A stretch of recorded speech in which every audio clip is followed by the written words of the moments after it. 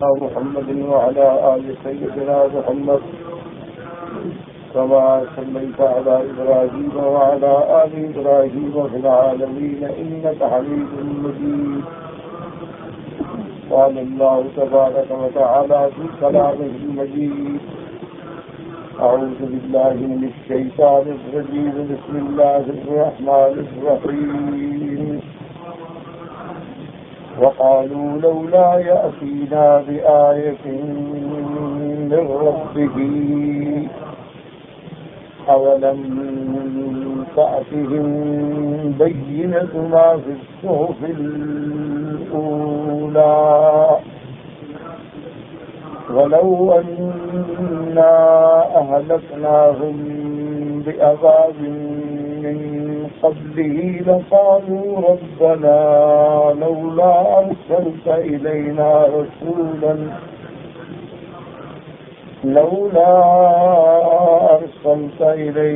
رسولا فنتبع آياتك من قبل أن نذل ونخزى.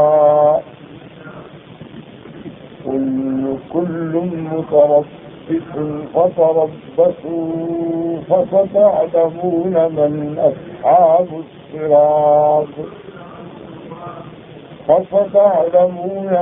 أصحاب الصراط السوي ومن اهتدى. قال المؤلف المفسر رحمه الله تعالى: يقول تعالى مخبرا للكفار في قوله لولا أي هلا يأتينا محمد صلى الله عليه وسلم بآية من ربه أي بعلامة دالة على صدقه بأنه رسول الله. اللہ تبارک و تعالی نے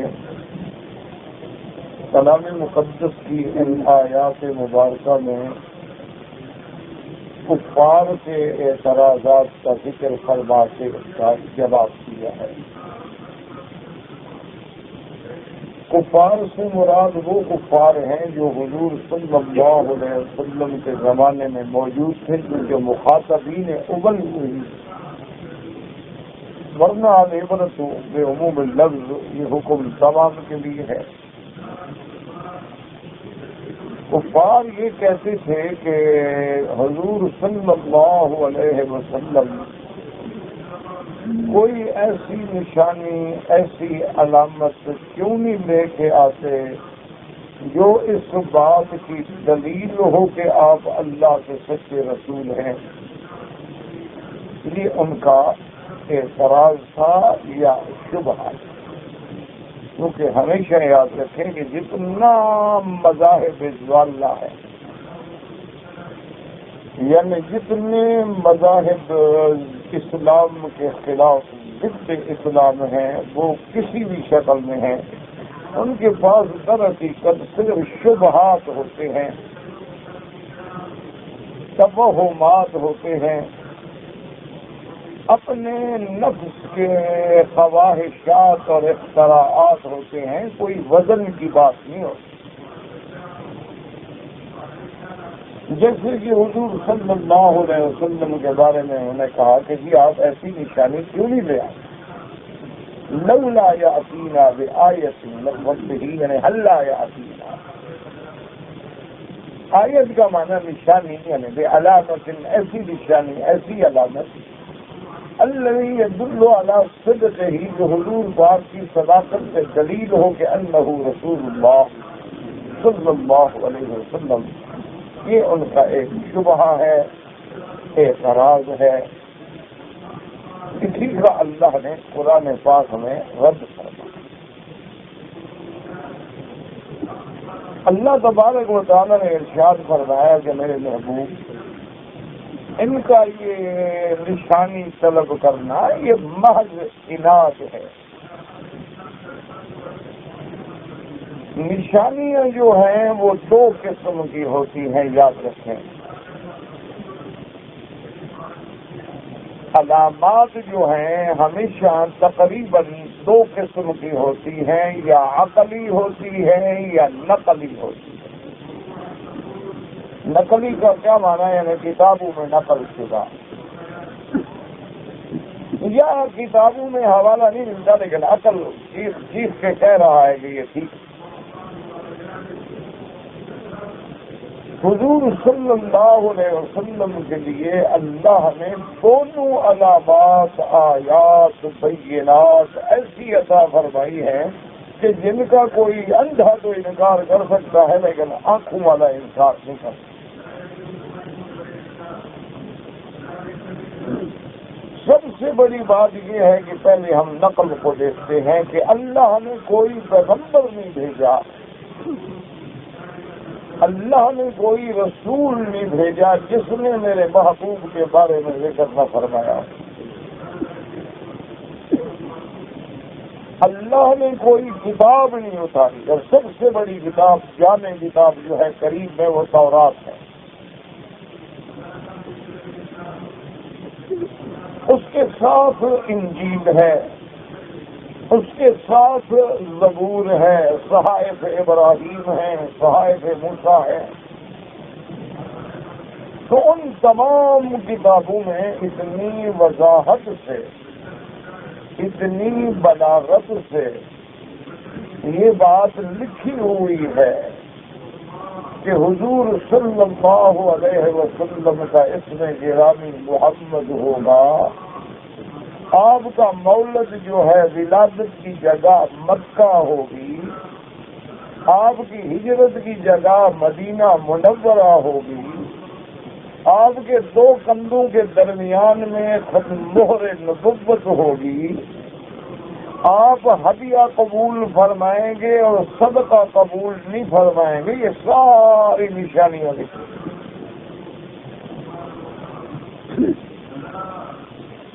پھر یہ کہنا کہ حضور کوئی نشانی لے کے نہیں آئے تو یہ کتنا بڑا جھوٹ ہے۔ سیدنا عیسیٰ علیہ السلام بنو اسرائیل کے آخری پیغمبر ہیں۔ انہوں نے باقاعدہ اپنی امت کو بشارت دی کہ اے لوگوں مبارک ہو کہ میرے بعد ایک رسول اللہ بھیجیں گے، یاتی من بعدی اسمہ احمد، جس کا نام احمد مصطفیٰ ہوگا۔ یعنی انہوں نے باقاعدہ حضور کا نام لیا۔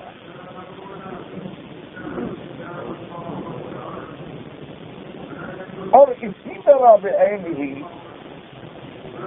حضرت سلمان فارسی رضی اللہ تعالی عنہ بڑے بڑے علماء، بڑے بڑے رہبان، بڑے بڑے اس دور کے بزرگوں کی خدمت میں رہتے رہے۔ جب وہ راہب فوت ہو جاتا تو وہ اس سے پوچھ لیتے کہ اب میں کہاں جاؤں؟ کہتے فلاں کے پاس جاؤں۔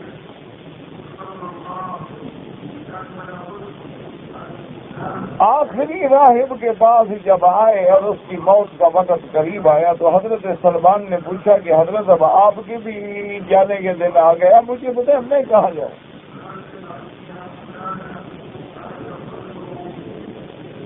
تو اس نے کہا کہ اگر سلمان تم دنیا و آخرت کی کامرانی چاہتے ہو تو اب دنیا میں کوئی سچا عالم باقی نہیں رہا، تم یہاں سے مدینہ چلے جاؤ، وہاں ایک نبی آئے گا جس کا نام محمد مصطفیٰ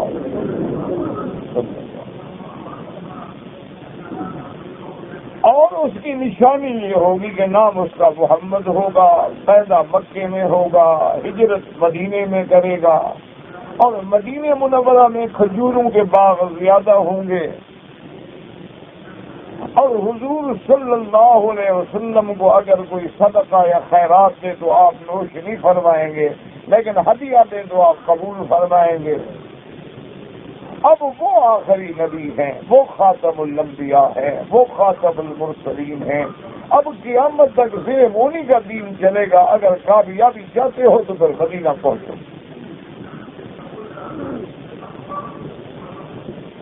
اب دیکھیں اس سے بڑی نشانی کیا ہو سکتی ہے؟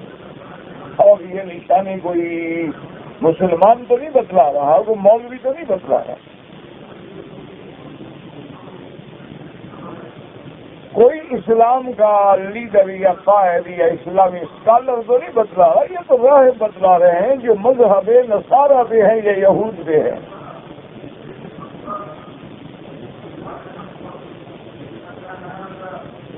اور بے عین ہی اسی طرح جس دن میرے محبوب دو عالم رحمت دو عالم سیدنا محمد الرسول اللہ صلی اللہ علیہ وسلم پیدا ہوئے، آپ کے والد تو فوت ہو گئے۔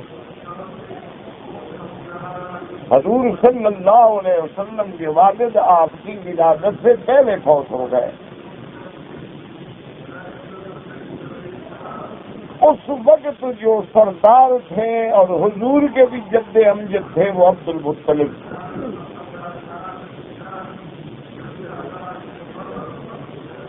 تو جس رات حضور صلی اللہ علیہ وسلم کی مکہ مکرمہ میں ولادت ہوئی، اس کی صبح کو عبد المطلب جب حرم میں آئے تو دیکھا کہ ایک بہت بڑا کاہن تھا جو پہاڑوں کے غاروں میں رہتا تھا اور کبھی نہیں اترتا تھا نیچے۔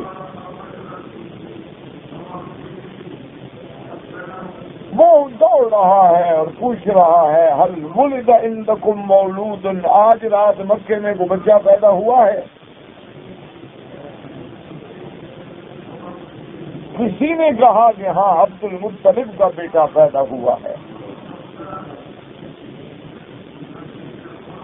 وہ فوراً عبد المطلب کے پاس آتا ہے اور عبد المطلب سے پوچھتا ہے کہ آج مکے میں آج رات کوئی بچہ پیدا ہوا ہے؟ اور نے کہا ہاں میرا بیٹا۔ اور نے کہا نہیں آپ کا بیٹا نہیں۔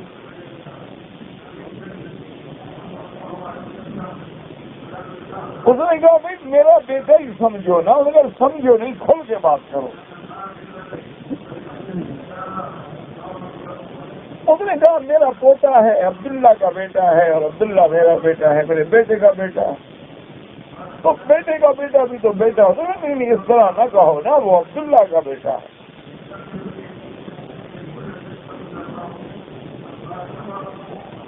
عبد المطلب نے کہا کہ آپ کیسے کیسے گئے؟ اسے کہا بس زیادہ بات نہ کرو، مجھے وہ بچہ دکھا سکتے ہو؟ عبد المطلب جانتے تھے اور یہ لوگ ان کے بڑے معتقد ہوتے تھے، کاہنوں کے اور اس قسم کے راہبوں کے، بڑی عقیدت رکھتے تھے ان کے ساتھ، ان کو غیب دان سمجھتے تھے۔ انہوں نے کہا ہاں بالکل میرا پوتا ہے، میں دکھانے کے لیے تیار ہوں، بس مہربانی کرو مجھے اپنا بچہ دکھاؤ۔ عبد المطلب نے جب حضور کو اپنے ہاتھوں پہ اٹھا کے والدہ سے لیا اور گلی پہ لائے دروازے پہ، وہ کاہن انتظار میں کھڑا ہے، جو ہی اس کی نظر حضور کے چہرے پہ پڑی تو اس کا فوراً بے ساختہ زبان سے نکلا کہ ولد نبی جو حاضر اس امت کا نبی پیدا ہو گیا۔ پھر اس کو خیال آیا اوہ میں کیا کہہ بیٹھا ہوں۔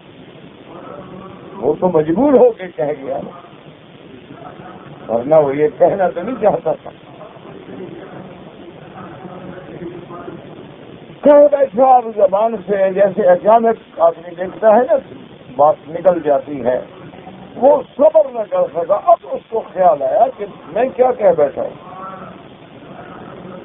تو فوراً اس نے بات بدلی۔ اس نے کہا کہ عبد المطلب ایک بڑا خطرناک عفریت ہے، عفریت من الجن، ایک بڑا سرکش جن ہے جس نے اس بچے پر اپنا ہاتھ رکھا ہوا ہے، اگر چاہو تو میں پڑھ کے اس کو بھگاؤں۔ یہ جس طرح آج کل کے پیر بھی اسی طرح دھوکہ دیتے ہیں نا، میری بیوی تو جن ہے، یہ پرانا قصہ ہے، آج کا نہیں ہے۔ یہ انہی سے سیکھتے ہیں، انہی کی کتابیں پڑھتے ہیں، ان کے احوال پڑھتے ہیں، پھر وہی ڈھنگ استعمال کرتے ہیں۔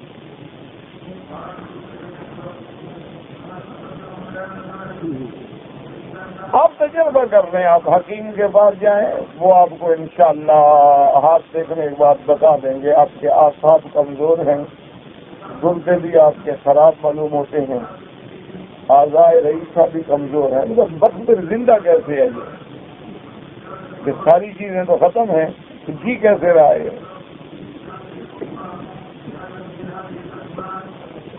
آپ ڈاکٹر کے پاس چلے جائیں تو وہ کہے گا جی ٹیسٹ کرواؤ. اب جب سارے ٹیسٹ کراؤ گے کہیں نہ کہیں تو گڑبڑ نکل آئے گی نا.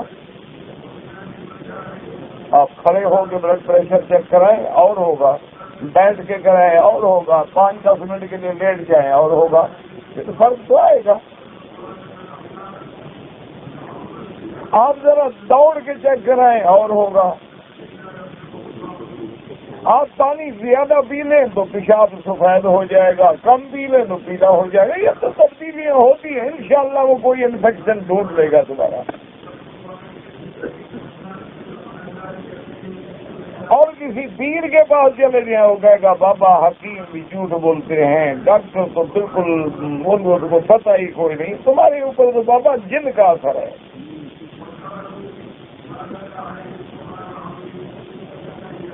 منجم کے پاس چلے جاؤ وہ کہے گا نہیں سارے جھوٹ بولتے ہیں، آج کل تیرا ستارہ گردش میں ہے.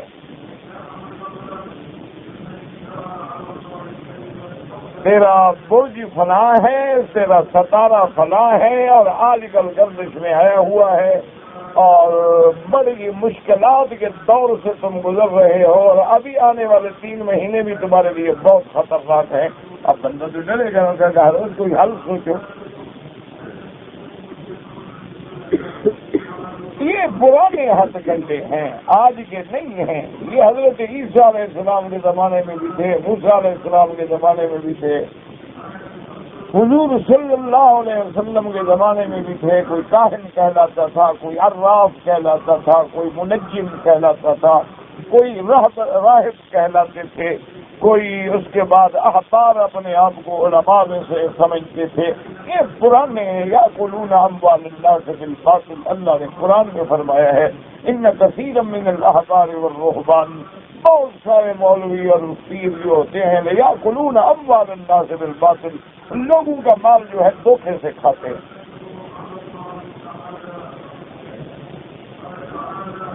یہ سارا جھوٹ ہوتا ہے، یاد رکھو.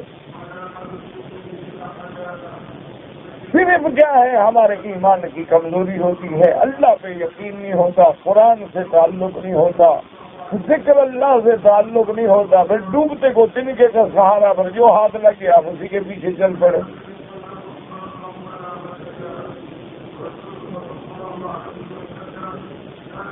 اب دیکھیں نا کتنے مسلمان ہیں آنکھ پھڑ کے تو بس پریشان ہو جائیں گے، ان کو آنکھ پھڑکنے پر مسئلہ ایمان ہے. یہ توہمات ہیں، جہاں جس کا دماغ لگ جاتا ہے وہ اسی کے چکر میں آ جاتا ہے. اصل میں یہ نفسیاتی امراض ہیں، ذہنی امراض ہیں، اور ذہن منتشر ہیں جو کہ اللہ پہ یقین ہے نہیں. وہ جی میرا دکان بہت چلتا تھا، اب کا بند ہو گیا، ساتھ والے ہمسائے نے جادو کر دیا. یار ان کو کہو یہودیوں پہ جادو کر کے ان کا کام بند کر دیں. مسلمانوں کے قتل کو بند کروا دیں، وہاں ان کا تعویذ نہیں چلتا، مسلمانوں پہ چلتا ہے.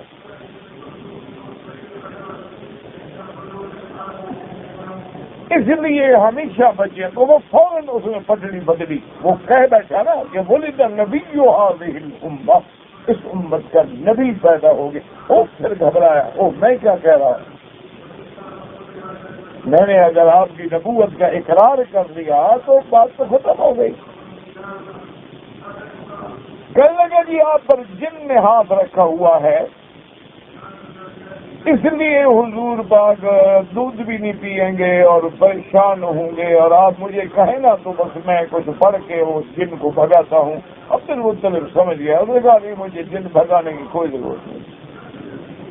انہوں نے کہا جاؤ تم اپنا کام کرو. بس پہلے بتا رہا ہے نبی ہے، اب نبی پہ جن بھاگ گیا ہے. یا پہلی بات غلط کہہ رہا ہے یا دوسری غلط کہہ رہا ہے. انہوں نے کہا نہیں آپ حضرت جائیں، آپ کی بڑی مہربانی، بس یہ بچہ خود بخود ٹھیک ہو جائے. تو اس سے بڑی کیا نشانی ہو سکتی ہے کہ دشمن بچپن میں ولادت میں ایک رات گزری ہے، دیکھ کے کہتا ہے کہ ولد نبی جو آدھی، ابھی بھی حضور کوئی نشانی نہیں جائے۔ سیدہ خدیجہ الکبریٰ رضی اللہ تعالی عنہا کو مسلمان تو نہیں تھی،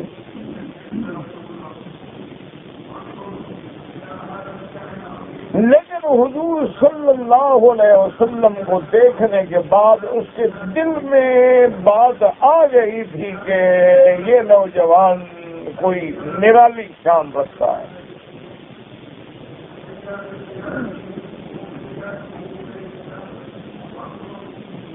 اور پھر جب بی بی خدیجہ آپ کو ورقہ ابن نوفل کے پاس لے گئی، جو اس وقت دین نصارہ کا بہت بڑا عالم تھا، وہ بھی نصرانی ہے تو مسلمان تو نہیں ہے،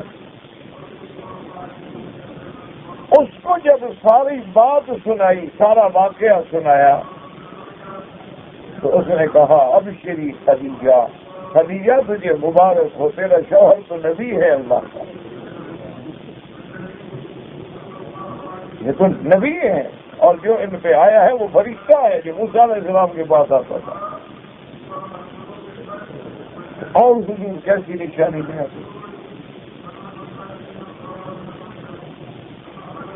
اور یہ تو ساری وہ نشانیاں ہیں جو دلائل نقلیہ ہیں، یعنی جن کا کتابوں میں ذکر ہے۔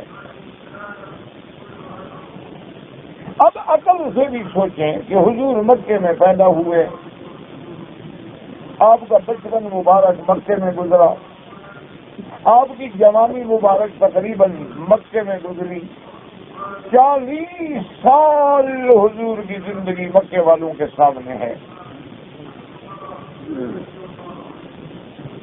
اسی لیے میرے محبوب نے جب ان کو چیلنج کیا نا، سب سے بڑا یہی حوالہ دیا، فَقَدْ لَبِثْتُ فِيكُمْ عُمُرًا۔ آپ نے فرمایا مکے والوں، تمہارے اندر میری زندگی نہیں گزری، میں تمہارے سامنے نہیں پلا پڑا جوان ہوا، افلا تعقلون، کہ تمہیں عقل نہیں ہے؟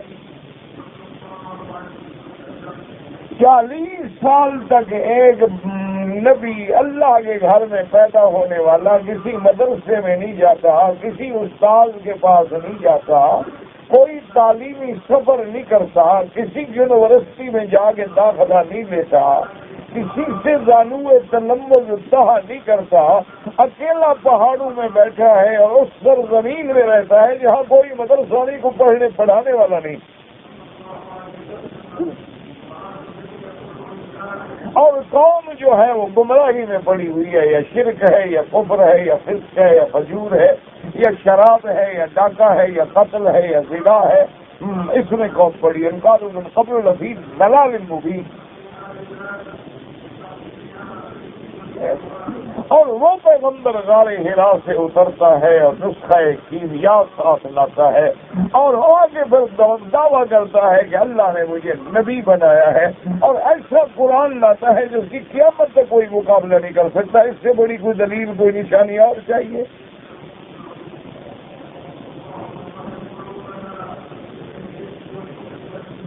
آج پوری دنیا کا میڈیا، آج پوری دنیا کے جتنے چینل ہیں، پوری دنیا کے جتنے مفکر ہیں، تھنک ٹینک ہیں، مدبر ہیں، اسکالر ہیں، لکھنے والے ہیں، رائٹر ہیں، قلم کار ہیں، سب اسلام کے خلاف زور لگا رہے ہیں، لیکن قرآن کی ایک آیت کو بھی نہیں جھٹلا سکتے۔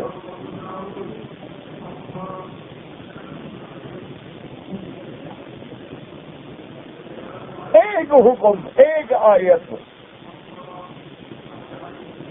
زیادہ سے زیادہ یہ کہہ دیتے ہیں یہ آیتیں نہ ہوں،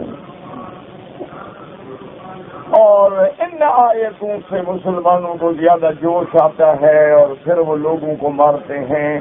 بھئی بخت و نصر نے کون سا قرآن پڑھا تھا جس نے 70,000 یہودیوں کو قتل کر دیا؟ ہٹلر نے کون سا قرآن پڑھا تھا جس نے 6 لاکھ کو قتل کر دیا؟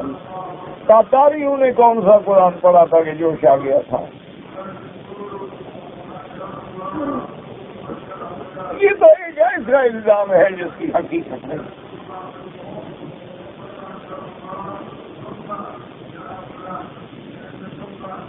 تو اس لیے اس سے بڑی دلیل کیا ہو سکتی؟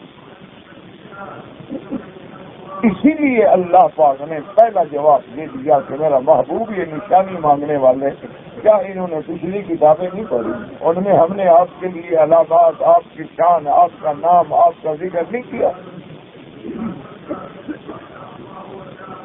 اچھا، بعض مکے والے جو تھے نا وہ نشانیوں سے مراد معجزات لکھتے تھے کہ اچھا جی ہم ایمان تو لے آئیں گے لیکن ایسا کریں کہ جبل صفا کا پہاڑ جو ہے نا یہ سونے کا بن جائے. ہم ایمان تو لے آئیں گے لیکن آپ ایسا کریں گے دیکھو نا مکے میں پانی نہیں رہا، نہریں جاری ہو جائیں، پہاڑ ہٹ جائیں، زراعت ہو جائے، کھیتیاں لگ جائیں، پھر ہم سمجھیں گے کہ آپ نبی ہیں.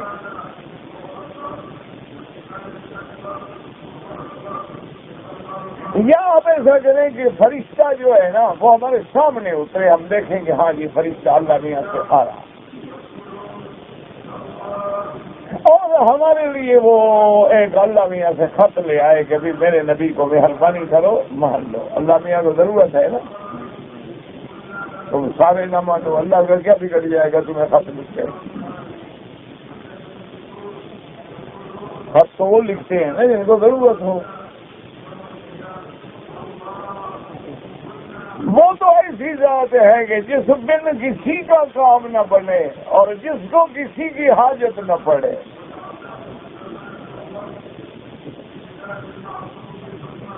اس لیے اللہ تبارک و تعالی نے جواب دیا کہ میرا محبوب یہ عناد ہے، اگر آپ چاہتے ہیں تو جو جو یہ نشانیاں مانگتے جائیں ہم دے دیتے ہیں.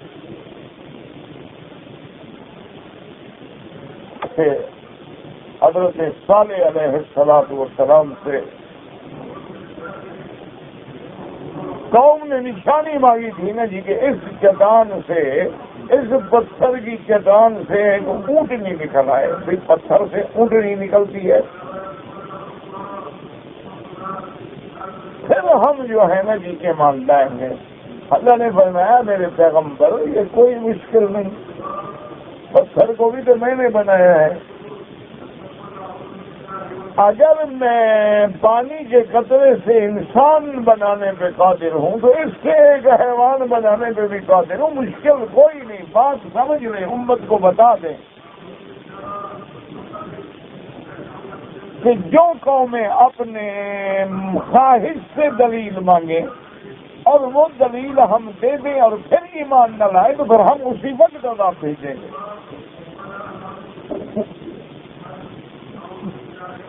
تم نے اپنی فرمائش کے مطابق دلیل مانگی، اللہ نے دے دیا، اب کیوں نہیں مانتے ہو؟ اس لیے حضور کو بھی اللہ نے فرمایا کہ میرا محبوب اگر آپ چاہتے ہیں تو ہم ان کے مانگے ہوئے سارے معجزے آپ کو دے دیتے ہیں، لیکن ان کے بعد پھر ان کو صفائے ہستی سے مٹا ڈالیں گے، ان کا نام بھی نہیں رہے گا. اور اگر آپ چاہتے ہیں تو چھوڑ دیں، اور جن کے مقدر میں ہدایت ہے مل جائے گی، جن کے مقدر میں گمراہی ہے گمراہ ہو جائیں گے. آپ اپنا دین پہنچاتے جائیں. حضور نے فرمایا بس ٹھیک، میں دعوت دیتا رہوں گا جن کے مقدر میں ہدایت ہے، کیونکہ حضور بربادی نہیں چاہتے تھے کہ قوم کی نسل ہمیشہ کے لیے مٹ جائے. اس لیے ان آیات مبارکہ میں جو آج کے ہمارے سبق کی آیات مبارکہ ہیں، مفسر رحمۃ اللہ علیہ فرماتے ہیں کہ اللہ نے کافروں کے بارے میں خبر دی ہے کہ کافروں نے کہا کہ حلا یاتینا محمد صلی اللہ علیہ وسلم بآیۃ من ربہ، حضور اللہ کی طرف سے کوئی نشانی لے کے کیوں نہیں آئے؟ آیتن کا معنی کیا ہے؟ علامت دالت علی صدقہ، ایسی علامت، ایسی نشانی جو آپ کی صداقت میں دلالت کرے کہ انہ رسول اللہ، کہ آپ اللہ کے رسول ہیں. اب اللہ نے جواب دیا اولم تأتہم بینۃ ما فی الصحف الاولی، یعنی القرآن العظیم الذي انزله علیہ اللہ وأمی لا یحسن الکتاب ولم یدارس اہل الکتاب. اللہ نے فرمایا کہ کیا ہم نے اپنے نبی کو سب سے بڑی نشانی، سب سے بڑی علامت، سب سے بڑا معجزہ جو قیامت تک زندہ رہنے والا ہے وہ قرآن پاک عطا فرمایا؟ اور ہم نے قرآن اپنے ایسے پیغمبر پہ اتارا ہوگا امی جس نے پڑھا نہیں، لا یحسن الکتابۃ، جو لکھنا نہیں جانتا، جو پڑھنا نہیں جانتا، ورنہ لوگ کہتے کہ خود لکھا ہے۔ اس لیے اللہ پاک نے فرمایا اور کسی اہل کتاب کے مدارس میں جا کے بھی تعلیم حاصل نہیں کی، کبھی علمی سفر بھی نہیں کیا، اس کو ہم نے ایسا قرآن عطا فرمایا ہے۔ وقد جاء فی اخبار الاولین بما كان منهم فی صالح الدہور بما يوافقه علیہ الکتب المتقدمة الصحیحة منها فإن القرآن مهيمن عليها يصدق الصحيح ويبين خطأ المقصود فيها وعليها۔ اللہ پاک نے فرمایا ہم نے ایسا قرآن عطا فرمایا جس میں پرانی قصے ہیں، پرانی قوم کی باتیں ہیں، اخبار الاولین ہیں، اور وہ اخبار اہل کتاب کی کتابوں میں بھی موجود ہیں۔ وہ دیکھ لیں کہ جو میرا نبی خبر دے رہا ہے وہ سچی ہے کہ نہیں۔ اور پھر قرآن ایسا ان پہ کنٹرول کرنے والا ہے، المہیمن علیہ، کہ اگر ان کے اہل کتاب کی کوئی غلطی ہے تو قرآن بتلاتا ہے، ان کی کوئی بات صحیح ہے تو قرآن تصدیق کرتا ہے۔ اللہ کا قرآن قوم نوح کی خبر دیتا ہے، قوم عاد کی خبر دیتا ہے، قوم ثمود کی خبر دیتا ہے۔ اللہ کا قرآن قوم لوط کی خبر دیتا ہے، قوم فرعون کی خبر دیتا ہے، قصہ یوسف کی خبر دیتا ہے، حضرت سلیمان، حضرت داؤد کی خبر دیتا ہے۔ بتلاؤ قرآن نے کہاں غلطی کی ہے۔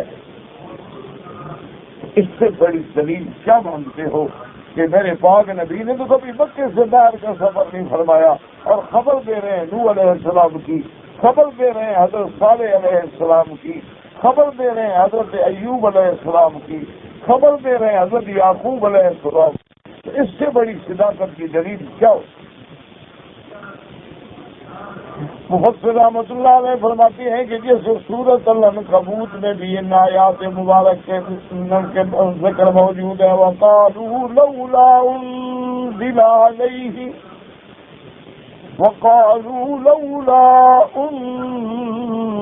عَلَيْهِ آيَةٌ مِّن رَّبِّهِ قُلْ إِنَّمَا الْآيَاتُ عِندَ اللَّهِ وَإِنَّمَا أَنَا نَذِيرٌ مُّبِينٌ۔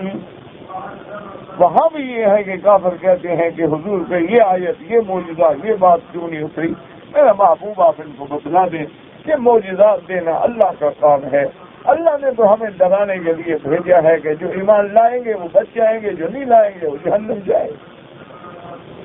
اولم یکفہم انا انزلنا علیک الکتاب یتلی علیہم ان فی ذلک لرحمۃ وذکریٰ لقوم یؤمنون۔ اللہ نے فرمایا کیا ان کو ہدایت کے لیے، آپ کی صداقت کے لیے اتنا کافی نہیں ہے کہ ہم نے آپ سے قرآن اتارا، آپ قرآن پڑھتے ہیں اور قرآن میں سب ذکر بھی موجود ہے، رحمت بھی موجود ہے، لیکن ان کے لیے جو ایمان لانے والے ہیں، جو ایمان نہ لائے اس کے لیے 10 قرآن پڑھ لے تو کوئی فائدہ نہیں ہوگا۔ وفی الصحیحین عن رسول اللہ صلی اللہ علیہ وسلم انه قال ما من نبی الا وقد اوتی من الآیات ما آمن على مثله البشر وانما كان الذي اوتیته وحیا اوحاه الله الی فارجو ان نكون اکثرهم تابعا یوم القیامہ وانما ذکرها هنا اعظم الآیات التي اوتیها علیہ السلام وهو القرآن وإلا فله من المعجزات ما لا يحد ولا يحصر كما هو موضع في كتبه ومقرر في مواضعه۔ صحیحین میں یعنی بخاری اور مسلم میں امام بخاری اور امام مسلم رحمۃ اللہ علیہما حدیث مبارک ہے کہ حضور پاک نے فرمایا اللہ نے کوئی نبی نہیں بھیجا ایسا جس کے پاس نشانیاں اور معجزے نہ ہوں، جس پہ انسان ایمان لائے.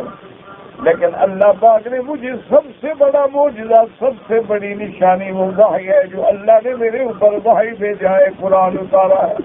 میرا سب سے بڑا معجزہ جو ہے قرآن. اور حضور نے فرمایا فَأَرْجُو أَنْ أَكُونَ أَكْثَرُهُمْ تَابِعًا يَوْمَ الْقِيَامَةِ.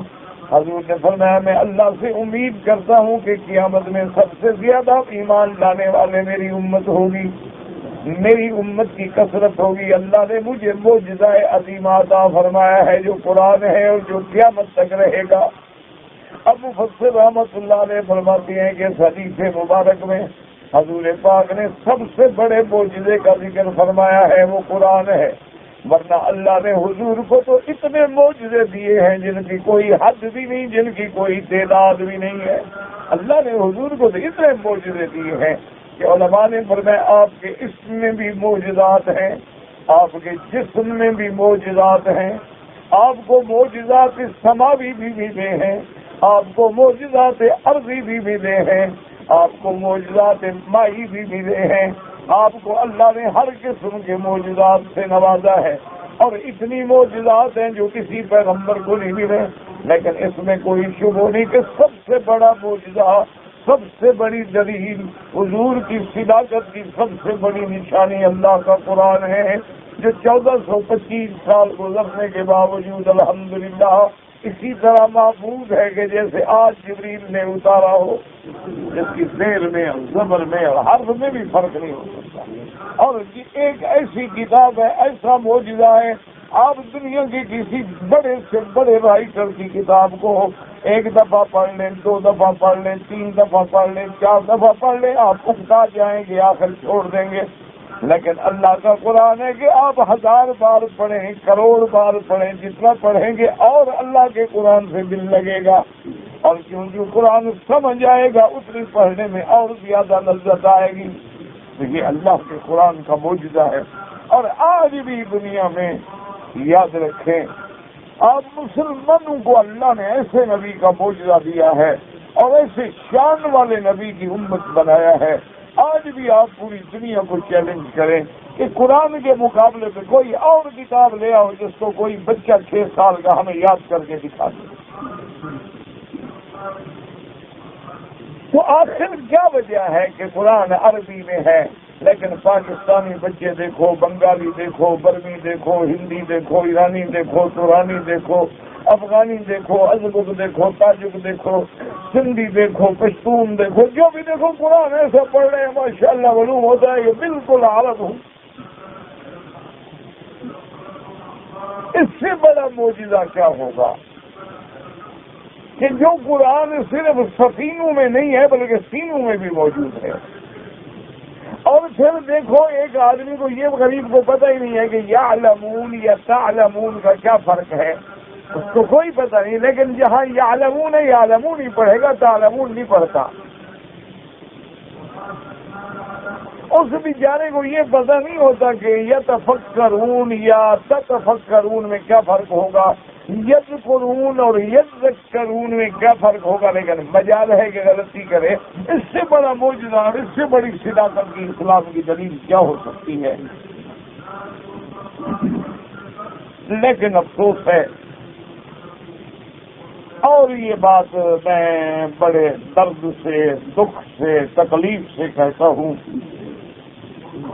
کہ دشمنوں کو تو چھوڑو، وہ قرآن کے منکر ہیں، اپنوں نے بھی قرآن کو معاف نہیں کیا.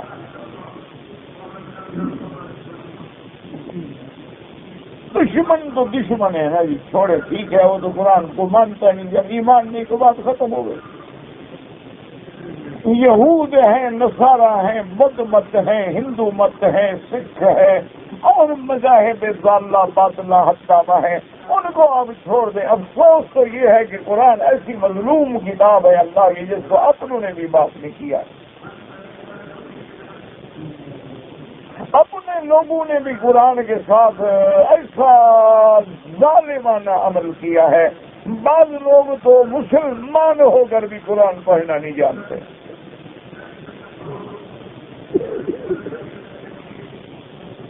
اور بعض لوگ جو پڑھنا جانتے ہیں وہ قرآن کا معنی نہیں جانتے. بعض لوگوں نے قرآن کو ایک ایسی چیزتا اور مشکل کتاب بتا دیا ہے کہ وہ اس کے الفاظ پہ بحث کرتے ہیں لیکن روح قرآن کو سمجھنے کے لیے تیار نہیں۔ بعض لوگوں نے قرآن پاک کو اپنی روٹی کا ذریعہ بنایا ہے کہ کسی کو تعویذ دینا ہو، کسی کی کھال نکالنی ہو، کسی کا جن نکالنا ہو، کسی کا کوئی نفع نقصان کی بات ہو تو صرف قرآن اس لیے اترا ہے کہ اس سے تعویذ لکھے جائیں۔ اسی لیے کسی نے کہا تھا نا قرآن کی فریاد سے کہ مولا کے آگے قرآن فریاد کرے گا کہ یا اللہ میں تاکوں میں سجایا جاتا ہوں، میں دھو دھو کے پلایا جاتا ہوں۔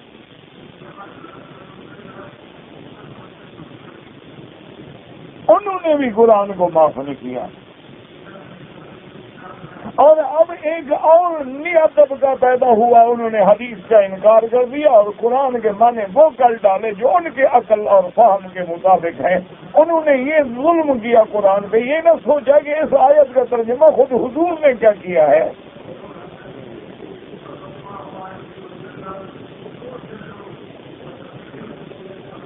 تو اللہ تبارک و تعالیٰ کے قرآن کی کتاب جتنی عظیم ہے اتنی ہی مظلوم ہے۔ وقال الرسول یا رب ان قوم اتخذوا هذا القرآن مهجورا،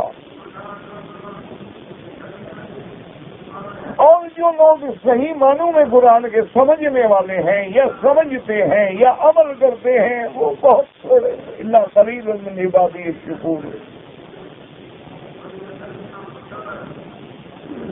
اور بعض لوگ قرآن کے بارے میں کوئی سوال آ جائے جواب نہ دے سکتے ہوں تو پھر معذرت اور بڑا عاجزانہ رویہ اختیار کرتے ہیں، حالانکہ تمہارے پاس تو قرآن ایک ایسی دلیل ہے کہ جس کا توڑ دشمن کے پاس ہے ہی نہیں۔ تو اس لیے حضور کا سب سے بڑا معجزہ، عظیم معجزہ جو ہے وہ قرآن ہے، وہ وحی مبارک ہے جو اللہ نے حضور صلی اللہ علیہ وسلم سے اتاری ہے۔ اور یہ بھی اللہ کی شان ہے کہ قرآن کے محفوظ کرنے کا اللہ نے اپنے ذمہ رکھ لیا۔ اگر حضور کی امت کے ذمہ ہوتا تو پتہ نہیں تم کیا کرتے قرآن کے ساتھ۔ اب بھی کوئی کمی نہیں کی ماشاءاللہ، قرآن میں تحریف کی، قرآن کو بدلنے کی کوشش کی، قرآن میں جوڑ لگائے، اور بعض لوگوں نے بھی یہ بھی کہہ دیا کہ جناب یہ قرآن تو پورا ہی نہیں ہے، اصل تو 40 سپارے تھے، 10 سپارے کے 10 سپارے ہی غائب ہیں۔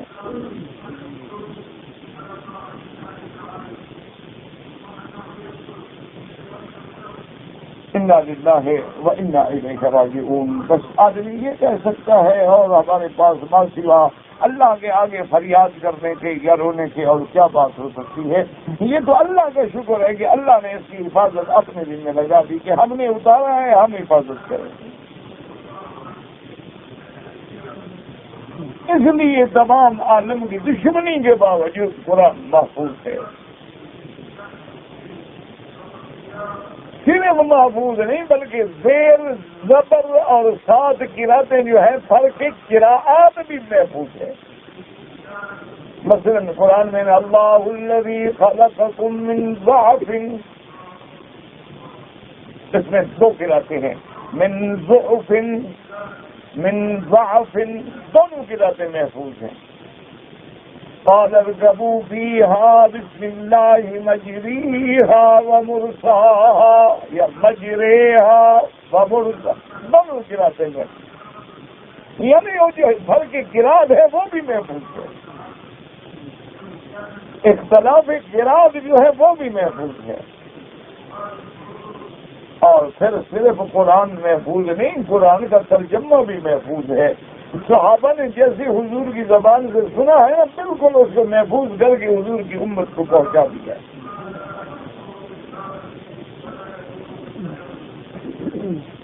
ہاں یہ الگ بات ہے کہ اگر آج اللہ آپ کو ایک عقل دے اور علم دے اور آپ نئے نئے مسائل کا استنباط کریں، بالکل کریں، لیکن قرآن کا اصل نہ بدلے، قرآن کا مفہوم نہ بدلے۔ اب جیسے مثلا بڑے بڑے مفکر پیدا، انہوں نے کہا جی نماز جو ہے، صلاۃ کا معنی نماز بھی ہے، سلاد کا معنی رحمت بھی ہے، سلاد کا معنی درود بھی ہے، سلاد کا معنی بدن کا ہلانا بھی ہے. تو لہذا ایکسرسائز آج ہم پیٹی کر لیتے ہیں، نماز کی کیا ضرورت ہے، بس سلاد ادا ہو رہی ہے. اگر ایسے آپ مفسر پیدا کریں گے تو پھر ٹھکانہ جہنم ہے. کیونکہ ہم یہ دیکھیں گے کہ جب حکم سلاد آیا تو حضور پاک نے کیا سمجھا. سب سے پہلا مفسر قرآن، شارح قرآن، بیان کرنے والے کون ہیں؟ وہ محمد الرسول اللہ صلی اللہ علیہ وعلی آلہ واصحابہ وسلم تسلیما کثیرا کثیرا. تو اس لیے اللہ نے فرمایا اور مفسر نے بتلا دیا کہ بھئی حضور کو کوئی صرف یہی ایک معجزہ نہیں ملا قرآن، حضور کے تو کئی معجزے، لیکن سب سے بڑا معجزہ اور عظیم معجزہ جو ہے وہ قرآن. ثم قال تعالى ولو أنا أهلكناهم بعذاب من قبله لقالوا ربنا لولا أرسلت إلينا رسولا فنتبع آياتك من قبل أن نذل ونخزى أي لو أنا أهلكنا هؤلاء المكذبين قبل أن نرسل إليهم هذا الرسول الكريم وننزل عليهم هذا الكتاب الذين كانوا قالوا. اللہ نے فرمایا کہ اگر ہم اپنے نبی کے بھیجنے سے پہلے، نبی کو مبعوث کرنے سے پہلے، قرآن اتارنے سے پہلے ان کافروں کو ہلاک کر دیتے، عذاب دے کے ختم کر دیتے، ہم قاتل ہیں. لیکن ان کو بات کرنے کا قیامت میں بہانہ ملتا کہ مولا ہمارے پاس تو کوئی رسول نہیں آیا، کوئی کتاب نہیں آئی، کوئی دعوت نہیں آئی. لقالوا ربنا لولا ارسلت الينا رسولا قبل ان تهلكنا حتى نؤمن به ونتبعه. اگر آپ ہمارے پاس ہمارے ہلاک کرنے سے پہلے رسول بھیجتے ہم ایمان لے آتے. فنتبع آياتك من قبل ان نذل ونخضع. يبين تعالى أن هؤلاء المكذبين متعنتون معاندون لا يؤمنون. اللہ نے فرمایا ہم جانتے ہیں یہ مکذبین جو ہیں یہ سرکش ہیں، معاند ہیں، یہ کبھی ایمان نہیں لائیں گے، لیکن ہم اپنی حجت پوری کریں گے، ہم اپنا وعدہ پورا کریں گے. وما كنا معذبين حتى نبعث رسولا. جب تک ہم پیغمبر نہ بھیجیں، جب تک ہماری دعوت نہ پہنچے، ہم عذاب نہیں دیتے قوم کو. ہم نے اپنی حجت پوری کی، ورنہ ہمیں تو پتہ ہے وَلَوْ جَاءَتْهُمْ كُلُّ آيَةٍ، اگر ان کے پاس ہر نشانی بھی آ جائے ایمان نہیں لائیں گے. حَتَّى يَرَوْا الْعَذَابَ الْأَلِيمَ، یہ اس دن ایمان لائیں گے جب جہنم کا عذاب دیکھیں گے تو فائدہ کوئی نہیں ہوگا. اس دن تو کہیں گے ہاں جی ہم مانتے ہیں، لیکن کیا فائدہ ماننے کا. اس طرح سے فرعون کو بھی غوطہ لگا تو مان گیا، لیکن کیا فائدہ اس ماننے کا. كما قال تبارك وتعالى وهذا كتاب أنزلناه مباركا فاتبعوه واتقوا لعلكم ترحمون إلى قوله بما كانوا يصدفون. وقال تعالى وأقسموا بالله جهد أيمانهم لئن جاءهم نذير ليكونن أهدى من إحدى الأمم. بڑی بڑی پکی قسمیں کھاتے ہیں کہ اگر کوئی ڈرانے والا آتا ہم ایمان لے آتے، لیکن نہیں لائے. وَأَقْسَمُوا بِاللَّهِ جَهْدَ أَيْمَانِهِمْ لَئِن جَاءَتْهُمْ آيَةٌ لَيُؤْمِنُنَّ بِهَا، اگر نشانی آتی ہم ایمان لائیں گے. ثم قال تبارک و تعالی، اب میرے پاس اب پروردگار نے فرمایا میرا مدنی یہ ایمان اتنے دلائل، اتنے آیات معجزات کے بعد بھی لائیں گے. اب آپ بھی ان کو ڈنکے کی چوٹ کہہ دیں. قُلْ كُلٌّ متربص فتربصوا. میرا مدنی آپ کہہ دیں کہ اچھا تم بھی انتظار کرو، ہم بھی انتظار کرتے ہیں، آنے والا وقت فیصلہ کر دے گا کون سچا تھا اور کون جھوٹا تھا. نہیں مانتے ہو نہ مانو. قل یا محمد صلی اللہ علیہ وسلم من کذبک وخالفک واستمر علی کفرہ وعنادہ. میرا مدنی آپ ان کو کہیں جنہوں نے کفر کیا، تکذیب کی اور کفر پہ جمے رہے. کل متربص، یعنی ہم بھی منا ومنکم فتربصوا فانتظروا، انتظار کرو. فستعلمون من اصحاب الصراط السوی ومن اهتدى. کون ہے جو سیدھے رستے پہ چلا ومن اهتدى الى الحق وسبيل الرشاد، اور کون ہے جو حق کی طرف پہنچا اور حق کی منزل پہ چلا گیا. وهذا كقوله تبارك وتعالى وسوف يعلمون حين يرون العذاب ومن أضل سبيلا. اللہ نے فرمایا میرا بدری یہ جان لیں گے جب جہنم کا عذاب دیکھیں گے تو کون گمراہ ہے. سيعلمون غدا من الكذاب الأشر، یہ کل جان لیں گے کہ کون ہے جھوٹا، کون جھوٹ بولنے والا ہے. آخر تفسیر سورۃ وَلِلَّهِ الْحَمْدُ وَالْمِنَّةُ وَيَتْلُوهُ إِنشَاءَ اللَّهُ تفسیر سورۃ الانبیاء وَلِلَّهِ الْحَمْدُ. اب مفسر رحمۃ اللہ علیہ فرماتے ہیں کہ اللہ کی رحمت سے سورۃ طٰہٰ کی تفسیر جو ہے وہ مکمل ہو گئی، اور انشاءاللہ اس کے ساتھ بعد میں جو سورۃ الانبیاء ہے اب اللہ کی رحمت سے پھر ہم اس کی تفسیر کریں گے. کہتے جی کہ اگر میں نے ایک عمرہ کر لیا ہے، اب میں اگر دوسرا عمرہ کرنا چاہتا ہوں تو کیا احرام کی چادریں مجھے دھونی ہوں گی؟ میرا بھائی دیکھو نا، ایک ہے کہ مسئلے کا پتہ نہ، لیکن اللہ تبارک و تعالیٰ نے آپ کو عقل تو دیا ہے. چادریں کب دھوئی جاتی ہیں؟ جب ناپاک ہو جائیں، پلید ہو جائیں، کوئی گندا کام کرو، کوئی برا کام کرو. عمرہ برا کام تھا کہ اس کو دھونا پڑے گا. عقل تو ہے نا، چلو مسئلہ تو تمہیں نہیں پتا.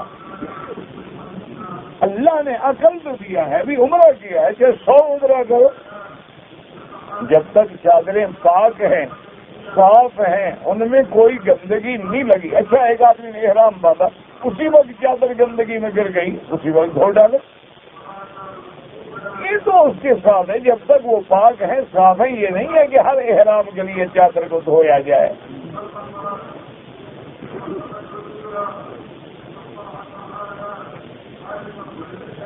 میرا بھائی جب بھی آپ طواف کریں گے، جب شروع کریں گے تو بسم اللہ اللہ اکبر، اور جب ختم کریں گے تو بسم اللہ اللہ اکبر.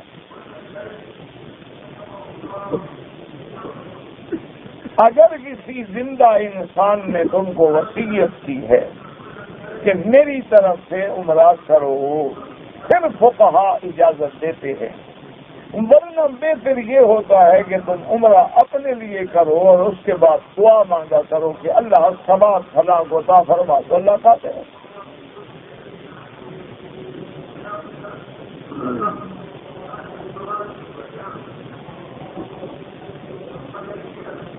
ایک آدمی پاکستان میں کاروبار یعنی ختم کر کے حجاج الکرام کی خدام میں آتا ہے، اس پر قرضہ بھی ہے، حج کا بھی شوق ہے. جب یہاں آ گیا ہے تو اب قرضے کا کیا مسئلہ ہے؟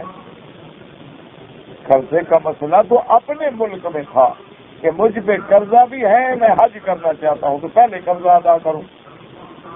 لیکن تم تو قرضہ ہے یا نہیں مکے میں پہنچ گئے ہو، جب پہنچ گئے ہو تو اب حج کرنا تمہارے لیے کیا مشکل ہے؟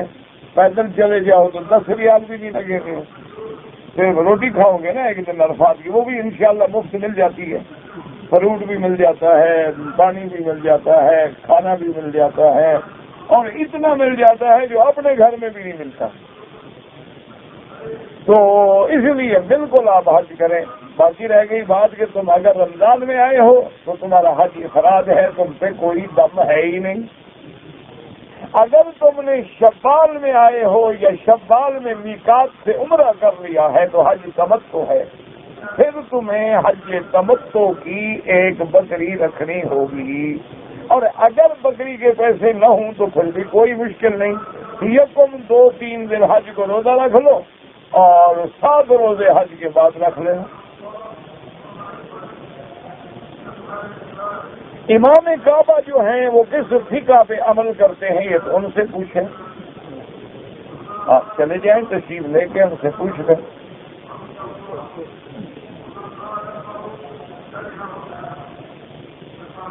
میں بنگلہ دیش سے آیا ہوں، لیکن احرام میں نے جدے سے باندھا ہے. میرا عمرہ ہو گیا، ہاں عمرہ تو ہو گیا، لیکن ایک تو میقات کا عمرہ نہ ہوا. تم کو وہاں ڈھاکہ ایئرپورٹ سے احرام باندھنا چاہیے تھا. اور دوسرا تم نے میقات سے تجاوز کیا بغیر احرام کے، لہذا ایک بکری دم مکے میں ذبح کر کے غریبوں کو تقسیم کرو۔ پہلا حج ہو یا 10واں حج ہو، اگر حج افراد ہے تو حج کی بکری واجب نہیں ہے، تمتع ہے، قران ہے تو یہ لوگوں کے دماغ میں میرا جی پہلا حج میں نے تو ضرور قربانی کرنی ہے، بے وقوفی والی بات ہے، کرنا چاہتے ہو 100 بکری ذبح کرو۔ حضور پاک نے 100 اونٹ ذبح کیا ہے کوئی عاشق جو اس دفعہ 100 اونٹ ذبح کرے؟ ہم بس چومنے والے ہیں، حلوہ کھانے والے بھی ہیں، انگوٹھے چومیں گے انشاءاللہ۔ 100 اونٹ ذبح کرو، بخار آ جائے گا، پتہ تو لگے نا تمہیں عشق رسول ہے، تو پھر باتیں بنانے کا کیا فائدہ ہے؟ اگر حج مفرد ہے کوئی بکری نہیں، پہلا ہو 10واں ہو، تمتع ہے، قران ہے تو بکری لازم ہے۔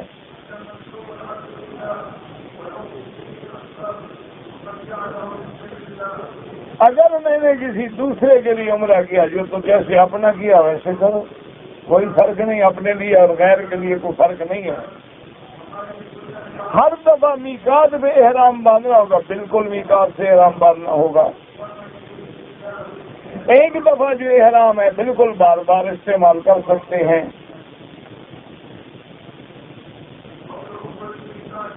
کہتے جی کہ یہاں ایک ایسی کمپنی ہے جو نوکری دینے کے لیے یہ حکم دیتے ہیں کہ داڑھی منڈواؤ۔ ایسی کمپنی کے بارے میں آپ ایک درخواست لکھ کے یہاں اسلامی حکومتیں دے دو، پھر پتہ لگ جائے گا کمپنی کو بھی اور تمہیں بھی انشاءاللہ معلوم ہو جائے گا۔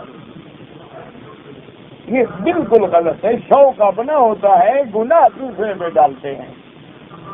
سارے بد تو خود کیا اور بدنام کیا شیطان کو۔ ہاں جی میرا بیٹا تو اچھا تھا، بس شیطانوں نے گمراہ کیا۔ ہمارا اچھا ہوتا تو شیطان کیوں گمراہ کرتا؟ سیدھی سی بات ہے کہ تالی کبھی ایک ہاتھ سے نہیں بچتی۔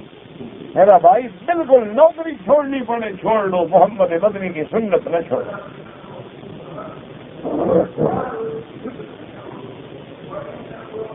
کہتے جی کہ میں نے حج کیا تھا اور حج کے لیے میں نے بینک سے قربانی کا ٹوکن خرید لیا تھا، لیکن یہ مجھے پتہ نہیں ہے کہ قربانی کب اللہ قبول فرمائے۔ دیکھو نا، امام ابو حنیفہ رحمۃ اللہ علیہ اس مسلک میں بہت ہی سخت ہیں۔ وہ فرماتے ہیں کہ ترتیب واجب ہے کہ پہلے کنکری مارے، پھر قربانی کرے، پھر سر مڈائے، پھر احرام کھولے۔ اگر فرق آ گیا تو ایک اور بکری دینی پڑے گی، لیکن باقی ائمہ کے نزدیک ترتیب واجب نہیں ہے۔ وہ کہتے ہیں اگر آگے پیچھے ہو جائے تو اللہ قبول فرما لیں گے۔ بہرحال تم نے پچھلے سال کیا ہے، بس اللہ پاک قبول فرما لے۔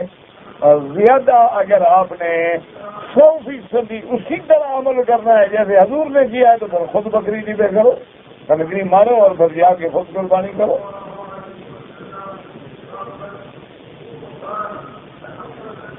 پچھلے شعبان کو میں آیا تھا، حج کے پیسے نہیں تھے، قربانی نہیں تھی، کوئی بات نہیں، حج افراد تھا، تمہارا کوئی جرمانہ نہیں، روزے رکھنے کی بھی کوئی ضرورت نہیں۔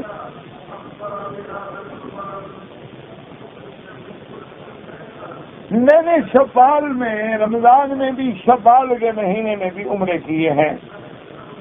میرا حج کا ارادہ نہیں تھا، اب حج کا ارادہ ہو رہا ہے، تو بہرحال وہی مسئلہ ہے کہ پھر ایک بکری آپ کو رکھنی ہوگی۔ مکے میں رہتا ہو یا کہیں رہتا ہو، حج کی ترتیب ایک ہے۔ 8 تاریخ کو آپ مینا جائیں گے، 9 کا دن عرفات میں گزاریں گے، 10 کی رات پوری مزدلفہ میں گزاریں گے، فجر کی نماز بھی وہی پڑھیں گے۔ اس کے بعد 10 کو مینا آ کے بڑے شیطان پہ 7 کنکریاں ماریں گے، پھر قربانی کریں گے، سر مڈائیں گے، احرام کھول دیں گے، پھر مکے میں آ کے طواف زیارت کریں گے، صفا مروا دوڑیں گے، پھر 11-12 کو مینا رہیں گے۔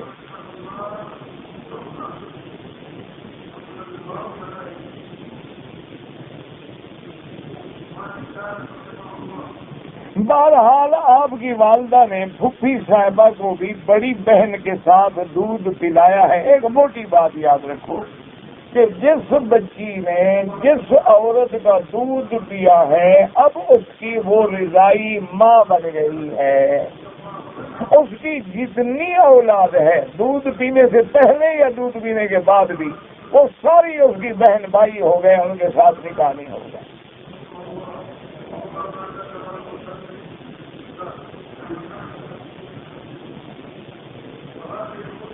ہم نے گاڑی 70,000 میں نقد میں خریدی، پھر ادھار پہ میں نے 1 سال کی ادھار پہ 1 لاکھ میں بیچ دیے۔ سود نہیں ہے، سود تو وہ ہوتا ہے نا 70 دے کے لاکھ وصول کرو، تم تو چیز دے رہے ہو، صرف پیسہ تو نہیں دے رہے ہو نا۔ فرق اتنا ہے کہ تم نے یہ سودا 70 ہر آدمی کتاب 5 کی لیتا ہے، 6 کی بیچتا ہے، کون گھاٹے سے بیچتا ہے؟ تو اس لیے یہ سود نہیں بنتا، لیکن کوشش کرو کہ یہ کام بھی نہ کیا کرے، جس میں شبہ پڑ جائے نا اس سے بھاگ جاؤ۔ بعض علماء اس کو بھی اچھا نہیں سمجھتے، اس لیے اللہ رازق ہے، اللہ اور کام بھی دے سکتا ہے، رزق کے لاکھوں دروازے ہیں، کیا ضرورت ہے کہ ہم مشتبہ معاملات میں ہاتھ ڈالیں۔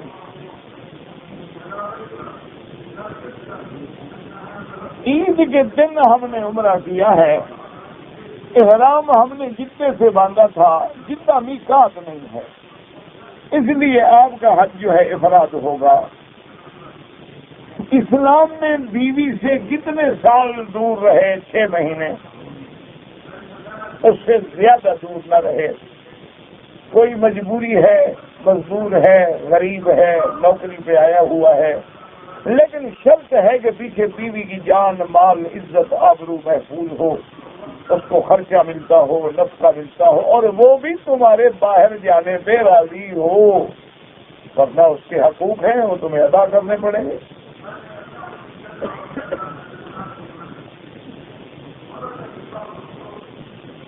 اگر میاں بیوی نے آپس میں ملاقات کی اور عورت کی وہ بال جو ہیں بندھے ہوئے ہیں، جب غسل کرے کھولے گی تاکہ ہر جڑ میں پانی پہنچے۔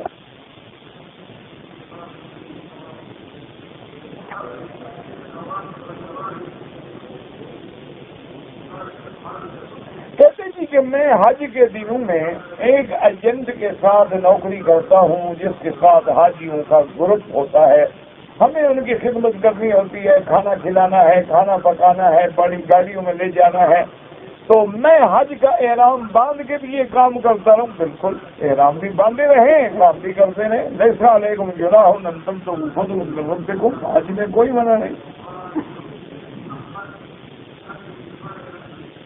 مجھے حاجیوں کے لیے اگر مدینہ آنا جانا پڑتا ہے تو وہ ڈپٹی ہے، وہ تم عمرے کے لیے نہیں جا رہے۔ میں رمضان سے 3 دن پہلے انڈیا سے آیا تھا، ہمارا جہاز ریاض سے تبدیل ہوا، میرا سامان وہاں رہ گیا، جدے میں بھی نہیں ملا، میں جدے سے مکہ آ گیا، پھر 4 دن کے بعد میں نے عمرہ کیا تو آپ سے دم پڑ گئی، کوئی مشکل نہیں، سامان نہ ملے، احرام تو ملتے تھے ہر جگہ، یہ کون سا مسئلہ ہے کہ میرا سامان نہیں ملا؟ تمہارا کوئی ساڑی تو نہیں باندھنی تھی نا تم نے، تو سادہ چادریں تھی نا، وہ ہر ایئرپورٹ میں مل جاتی ہیں، کوئی مسئلہ نہیں، کوئی مشکل نہیں۔ یہ تو بہانے ہوتے ہیں نا، کبھی سامان نہیں ملا، کبھی قاضی نہیں ملتا، کبھی قاتل نہیں ملتا۔ مجھے تکلیف ہے، بیماری ہے، وضو کے بعد بھی میری ہوا کنٹرول نہیں ہوتی، خارج ہو جاتی ہے، ہر نماز کے لیے نیا وضو کریں، جب نماز کا وقت داخل ہو تو وضو کر لیں۔ کیا مانا؟ اب مغرب کی نماز کا وضو آپ نے کیا تھا، ابھی جب اذان ہوگی تو عشاء کا وقت داخل ہو گیا، اس کے لیے آپ نیا وضو کریں۔